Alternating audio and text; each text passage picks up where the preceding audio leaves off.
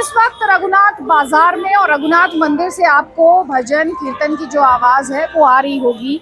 यहाँ पर आप देखें हर तरह के शॉप यहाँ पर। और सबसे बड़ी बात क्या है, जम्मू को स्पिरिचुअल टूरिज़्म के लिहाज से, रिलीजियस टूरिज़्म के लिहाज से अहम माना जाता है। और साथ ही यहाँ पर कई तरह की चिंताएं भी हैं। एक तरफ कश्मीर के चलते जो एक तरह का खुद को ठगा हुआ यहाँ पर जम्मू के लोग महसूस करते हैं, और दूसरा इनकी चिंता अब ये भी है कि किस तरह से आगे इनका काम चलेगा, इनकी बात आगे बढ़ेगी। और जगह जगह आप देखेंगे तो यहाँ पर आपको ड्राई फ्रूट्स की दुकान दिखाई देगी। आप देखिए वहाँ पे Baniya dry fruit, Sharma dry fruit, तो Chetram and sons dry fruit. और ये मैं यहाँ पर खड़ी हूँ, यहाँ पर ये है जम्मू नैवेद्यम ड्राई फ्रूट।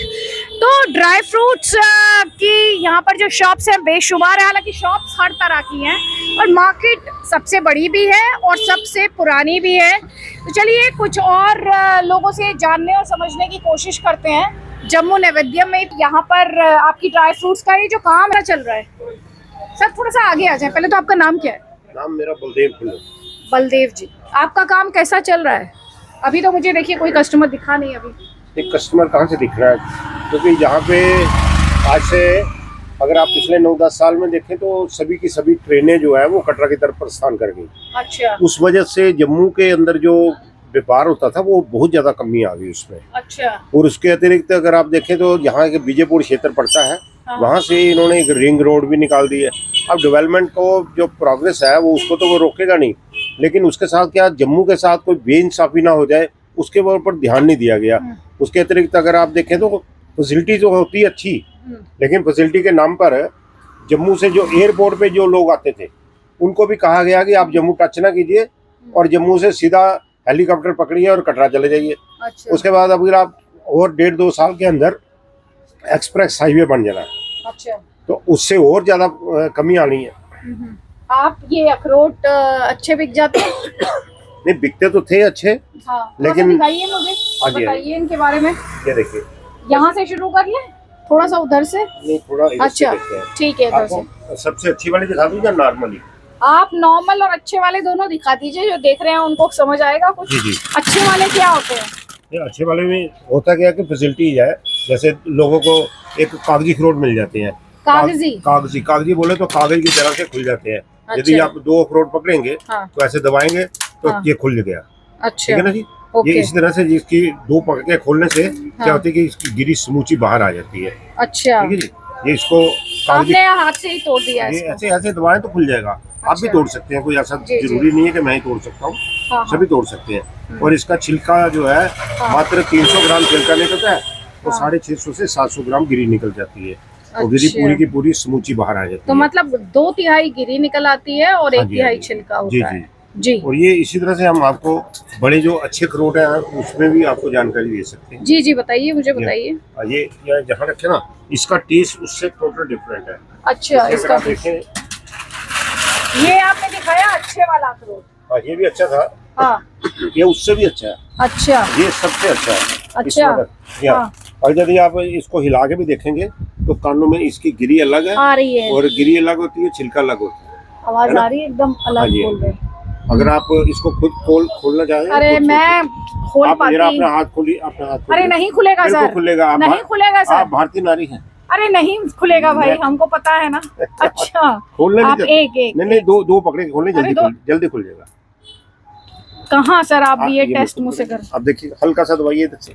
नहीं दोनों सामने आमने सामने रखिए। आमने सामने रखना है। बिल्कुल बिल्कुल, क्योंकि ये भी टेक्निक है। आप दूर से भी मारेंगे तभी खुल जाएगा। नहीं आप पकड़ी गलत रही है। गलत पकड़ रही हूँ, अखरोट पकड़ने का भी तरीका। हाँ, इसको ऐसे पकड़िए और इधर से ऊपर से नहीं। अच्छा ओके, ऐसे तोड़ना है, समझ गई, ऐसे तोड़ना है। हाँ बिल्कुल। नहीं ऐसे नहीं, ऐसे ठीक है पकड़ा आपने, ग्रिप में रखिए इसको। नहीं ग्रिप में रखिए, इधर से दबाइए। अरे सर कहाँ आपने भी क्या काम दे दिया है मुझे, यही काम करने के लिए निकली भाई, इतनी ताकत कहाँ है। अच्छा वो टूट गया थोड़ा बहुत, सारा टूट जाता है। हाँ टूट गया, सारा टूट जाता है। लाइए मैं खोल दूं। नहीं कोई बात नहीं, अब तो जब आपने मुझे एक जिम्मेदारी दे ही दी है तो मैं देखिए ये दिखा भी देती हूँ। हाँ जी, क्योंकि आपने भारतीय नारी का जो ये एडिशन कर दिया था, तो भारतीय नारी को लेट डाउन नहीं फील होना चाहिए बिल्कुल कि बिल्कुल भाई बिल्कुल। ये कैमरा माइक में बोलती हैं हाँ जी हाँ जी, और इनसे एक अखरोट नहीं खुलता है। हाँ, सही बस बात है। यही बात है। तो चलिए, आप इसको जरा टेस्ट करके देखिए, देखिए आपको टोटल डिफरेंट चीज नजर आएगी। और एक और एक्सपीरियंस लीजिए इसका।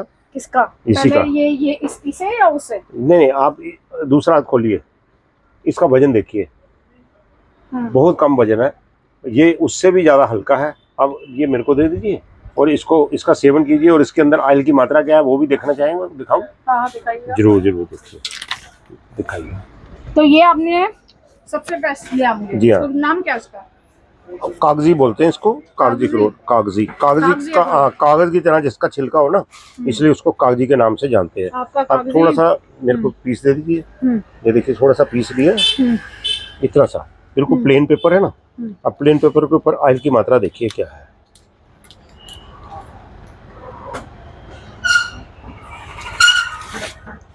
ये प्लेन पेपर है? प्लेन पेपर ये बिल्कुल आपके सामने दिखा, ठीक है। अब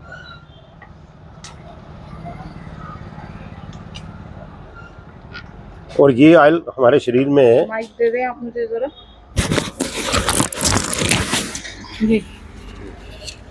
ये देखिए ऑयल की मात्रा क्या है, देख रहे हैं?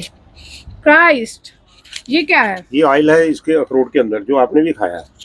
और ये ऑयल हमारे शरीर में, हमारे जितने भी जॉइंट्स है ना, हाँ, जैसे घुटनों में ग्रीस खत्म उसमें होता है, ग्रीस का काम ये करता ग्रीस है। का काम करता है पूरे शरीर के अंदर। तभी बोलते हैं एक अखरोट का सेवन रोज खाइए।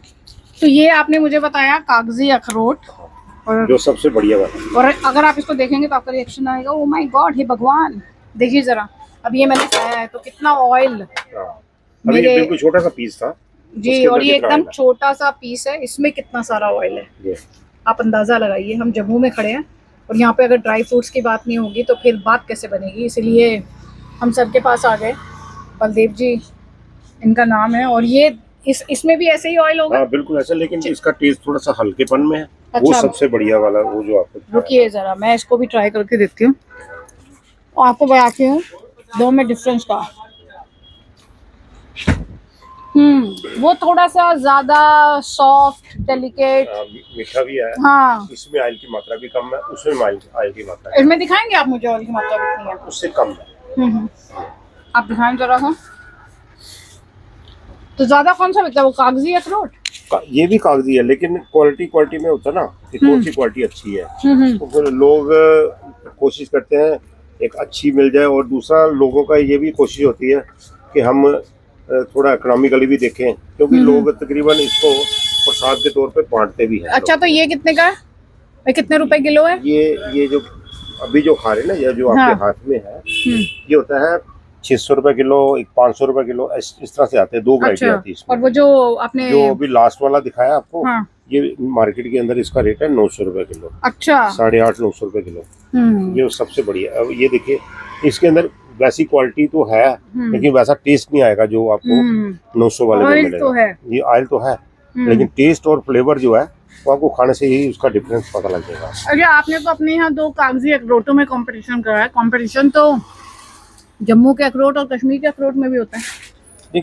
जम्मू के अखरोट और कश्मीर के अखरोट में कुछ ज़्यादा अंतर नहीं है, क्योंकि बर्फ तो जम्मू में भी पड़ती है। अब जम्मू में सिर्फ जम्मू संभाग, अगर आप देखें हमारे किश्तवाड़ भद्रवाह एरिया है जो कि जम्मू संभाग के अंदर है, वहाँ भी अखरोट पैदा होते हैं। वहाँ हमारे यहाँ केसर पैदा होता है, यहाँ राजमा पैदा होते हैं, जो कि वर्ल्ड क्लास, जिसको जीआई टैग मिला है। केसर को जीआई टैग मिला है जम्मू और कश्मीर के दोनों के साथ। तो दोनों चीज़ें जम्मू कश्मीर की है। तो कंपटीशन है जम्मू और कश्मीर में, या जम्मू पिछड़ गया? ऐसा नहीं पिछड़, हाँ राजनीतिक तौर से भी पिछड़ा हुआ है।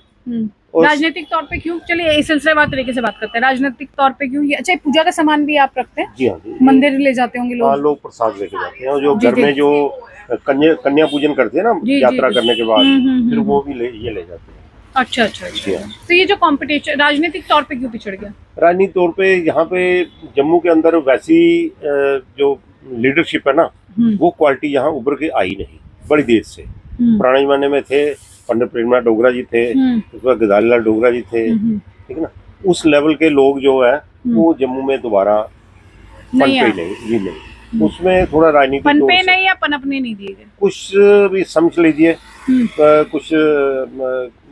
कुछ ऐसे लोग भी हैं जो दूसरे लोगों को पसंद भी नहीं करते, कुछ डोमिनेटेड भी हो गए हम लोग, तो इसी वजह से तो थोड़ा सा हम लोग जम्मू के लोग पिछड़ गए। अच्छा, इसमें ये भी रहा कि कश्मीर को लेके पॉलिटिशियंस डरते भी रहे भारत में कि भाई कश्मीर सुर्खियों में नहीं आना चाहिए, कुछ कश्मीर को जैसे नहीं होता है एक बिगड़ा हुआ बच्चा होता है लेकिन फिर भी उसे सर चढ़ाते हैं। नहीं, वो तो सिर चढ़ाना तो पाकिस्तान की भी एक नीयत रही थी कि कश्मीरी लोगों को उकसाना और लोगों को थोड़ा सा भड़काना ताकि लोग भारत के विरोधी रहें, ऐसा, लेकिन वो पाकिस्तान कामयाब नहीं हो पाया।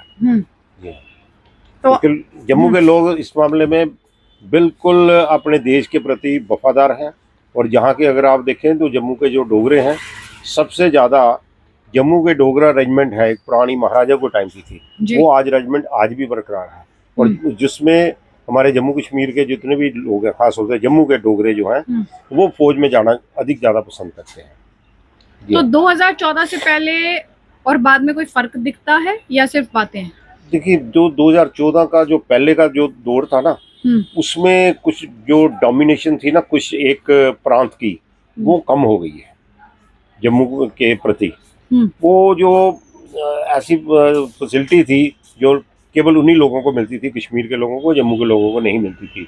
जम्मू के साथ भेदभाव भी होता रहा, लेकिन पिछले 10 वर्षों से अगर देखें तो 10 वर्षों से भी कोई जम्मू के अंदर जो विकास होना था, सिवाय अगर 2-3 जगह पर देखें, एक एम्स आया, एम्स आपने कश्मीर में भी दे दिया, ठीक है जी।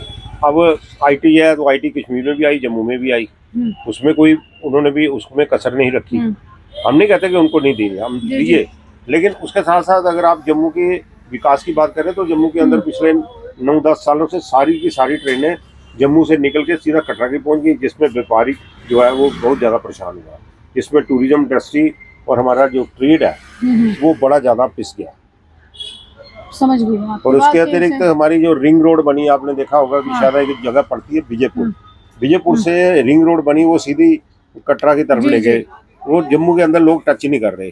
एक फैसिलिटी और दे दी लोगों को कि आप एयरपोर्ट से जम्मू में आते हैं बाई एयर, तो आपको फैसिलिटी है कि आप हेलीकॉप्टर लीजिए और जम्मू को टच ही ना कीजिए और सीधा कटरा चले जाइए। उसके बाद अगर आप थोड़ी देर के बाद देखें, एक्सप्रेस हाईवे भी तैयार है और 1.5-2 साल में।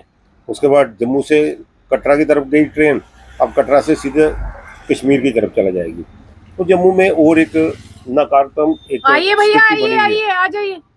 समा आप काम करते हैं यहाँ पे? हाँ जी। अखरोट लेने आए हैं, देने आए हैं? लेने आए हैं, किसी के यहाँ देने जाना है? नहीं, अच्छा, ये बुखारी है? बुखारी नहीं, कांगड़ी होती है। अच्छा हाँ, कांगड़ी, सॉरी, कांगड़ी, हाँ, अच्छा कांगड़ी। अब तो इसकी डिमांड बढ़ गई होगी इस वक्त। नहीं, अभी सर्दियाँ आएंगी तो तब, लेकिन ये लोग एज ए शोपीस के लिए ले जाते हैं। जहाँ जम्मू में इसकी जरूरत पड़ती है? नहीं, जम्मू में कम पड़ती है, सोविनियर के रूप में ले जाते हैं, लेकिन लोग जो पुराने लोग हैं वो आज भी इस्तेमाल करते हैं इसको। और वो ज्यादा कश्मीर में इस्तेमाल होती है? कश्मीर में भी होती है, लेकिन जम्मू में भी करते हैं। अच्छा, करते हैं लोग? ठंड में बहुत ज्यादा करते हैं। अच्छा, करते हैं। सभी लोग बिजली अफोर्ड नहीं ना कर पाते, तो कांगड़ी में थोड़ा सा एक कोयला जला के तो काम चला लेते हैं। तो देखिए, यहाँ पर हम जिससे भी बात कर रहे हैं उससे सिर्फ एक ही चिंता सता रही है कि जिस तरह से डेवलपमेंट हो रही है, वो कह रहे हैं हम डेवलपमेंट के खिलाफ नहीं है, लेकिन जो जम्मू के हित हैं उनका भी ध्यान रखा जाना चाहिए, उनकी अनदेखी नहीं होनी चाहिए। भाई साहब, बात करेंगे आप? हाँ, किस चीज़ की दुकान चलाते हैं आप? शॉप काम करता हूँ। ये आपकी शॉप है? अच्छा, आप एम्प्लॉय हैं। कितनी बिक्री हो जाती है एक दिन में? कितनी मूर्तियाँ चली जाती हैं? इधर आ जाइए। नहीं, कोई बात नहीं, मैं आपसे सिर्फ इतना पूछ रही हूँ, कितनी मूर्तियाँ बिक जाती हैं एक दिन में? ध्यान देंगे, हम लोग काम से वास्ता है। हाँ, अरे मैं आपसे वही पूछ रही हूँ, कितनी मूर्तियाँ बिक जाती हैं? 10 बिकती हैं, 5 बिकती हैं, 4 बिकती हैं? 25-26 कितनी? 20-25। और सबसे ज्यादा किसकी बिकती हैं? किशन जी की ज्यादा फेमस है यहाँ पे। और क्योंकि यहाँ पर तो रघुवीर मंदिर है, रघुनाथ मंदिर है, तो फिर रघुनाथ मंदिर जब है तो राम जी। हाँ, राम। तो देखिए, यहाँ पर बहुत ही खूबसूरत यहाँ पर आपको मूर्तियाँ दिखाई देंगी। यहाँ पर भगवान शिव हैं, गणेश हैं, जिन्हें विघ्नहर्ता कहा जाता है, शेरा वाली माता है, और साथ ही यहाँ पर आपको राम जी का परिवार भी आपको यहाँ पर दिखाई देगा। इसके अलावा कुछ आर्टिफैक्ट्स भी आप कह सकते हैं, कछुआ यहाँ पर आपको दिखाई देगा, और गौ माता आपको यहाँ पर दिखाई देंगी, और साथ ही मयूर, मोर और सारस और उनके पैर भी आपको यहाँ पर दिखाई देंगे। तो बहुत ही खूबसूरत तस्वीरें यहाँ पर आपको देखने को मिलेंगी इस शॉप में। तो ये एक बहुत ही इम्पॉर्टेंट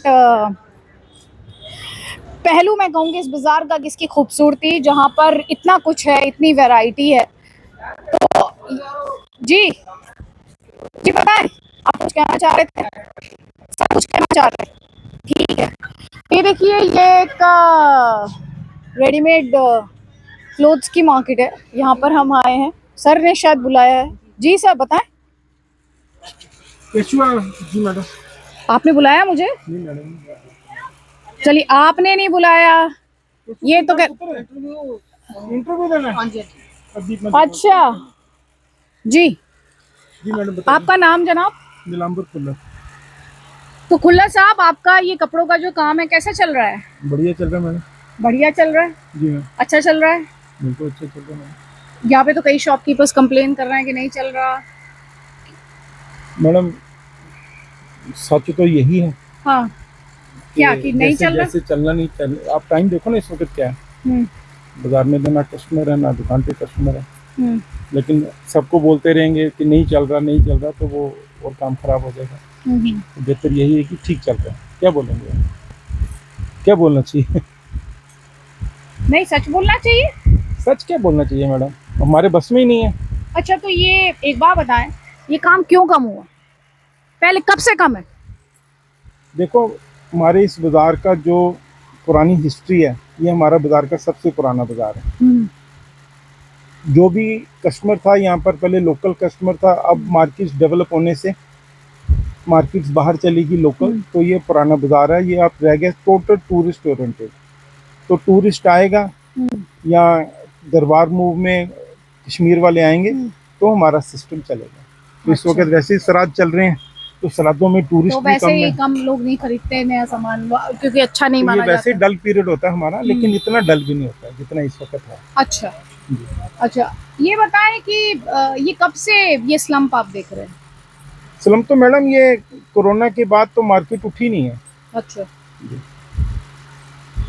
एक और बात जो यहाँ पे बहुत डिस्कस हुई वो ये था कि कश्मीर के मुकाबले जम्मू को मौके नहीं मिले, जम्मू को वो डेवलपमेंट नहीं मिली, उस तरह का विकास नहीं हुआ, वो तो सबसे बड़ी सच्चाई है। अनदेखी तो मैडम पहले कश्मीर सेंट्रल गवर्नमेंट थी, वो तो कश्मीर की थी, तो जम्मू वालों के लिए तो उन्होंने कभी कुछ सोचा ही नहीं ना। यहाँ के आउटर में टूरिस्ट उन्होंने डेस्टिनेशंस को बढ़ावा दिया कि यहाँ पर टूरिस्ट रुके और 2-3 दिन आगे पीछे घूमे। जैसे कोई भी टूरिस्ट जो श्रीनगर जाता है वो कम से कम 1 हफ्ते का प्रोग्राम बना के जाता है कि पहलगाम जाएंगे, गुलमर्ग जाएंगे, सोनामर्ग जाएंगे, पार्क देखेंगे। लेकिन यहाँ पर इन्होंने स्वाय वैष्णो देवी के दूसरा कोई टूरिज्म इन्होंने डेवलप किया ही नहीं, ना मानसर को डेवलप किया, ना पत्नी टॉप को, ना जज्जर कोटली को। जो भी डेस्टिनेशन से आप देखो ना, पिछले 10 साल से हम ये तवी रवि रिवर फ्रंट की बातें सुन रहे हैं, तो वो 10 साल से अभी तक वो उसकी कोई शक्ल हमें नज़र आई नहीं। तो सीरियसनेस जो है कश्मीर सेंट्रल गवर्नमेंट्स ने भी कुछ नहीं किया। तो पिछले 5 साल से जब से 370 ख़त्म हुआ, बीजेपी की एलजी साहब गवर्नमेंट संभाल रहे हैं, तब भी उनका जो ध्यान है पूरा कश्मीर वालों को ही खुश करने में है। जम्मू वालों को भी उन्होंने खुश करने के बारे में सोचा नहीं है। रोड्स बनी है, बढ़िया रोड्स बनी है, स्मार्ट सिटी के प्रोजेक्ट्स भी चल रहे हैं, लेकिन जो हमारी जो इकॉनमी है जम्मू की, वो टोटल ये ट्रेडिंग है, या टूरिस्ट ओरिएंटेड है या कश्मीर सेंट्रिक है। तो उसके लिए इन्होंने अभी कुछ ध्यान दिया नहीं है। अच्छा भला दरबार मूव में काम बढ़ता था हमारा, जो हमारा बिल्कुल खत्म हो गया। तो पहले अनदेखी क्यों हुई? अभी तो आप बता ही रहे हैं कि ये सिचुएशन चेंज नहीं हो रही, ये क्योंकि कश्मीर इंटरनेशनल स्टोरी ना बन जाए इसलिए। क्या चीज़? कश्मीर को इसलिए तवज्जो मिलेगी कहीं इंटरनेशनल स्टोरी ना बन जाए। नेचुरली अगर उन्होंने कश्मीर को वो 370 ख़त्म किया है तो इंटरनेशनली तो उन्होंने कश्मीर के बारे में ही सारा कुछ सोचा ना। जम्मू तो प्रॉब्लम है कोई नहीं, तो Jammu is already with BJP. तो जो इंसान बीजेपी को पता कि यहाँ से इनकी मजबूरी है, इनके पास कोई ऑप्शन नहीं है, इन्होंने वोट हमें देना ही देना है, तो उसके बारे में तो इंसान कम ही सोचता ना। और जो बिगड़ैल बच्चा होता है उसके बारे में भी ज्यादा सोचता है क्या? नेचुरली बिगड़ैल को तो ठीक करना है ना। तो जो ऑलरेडी ठीक है, शरीफ है, नहीं रोटी मांग रहा, कोई बात नहीं, भूखा रहने दो उसको।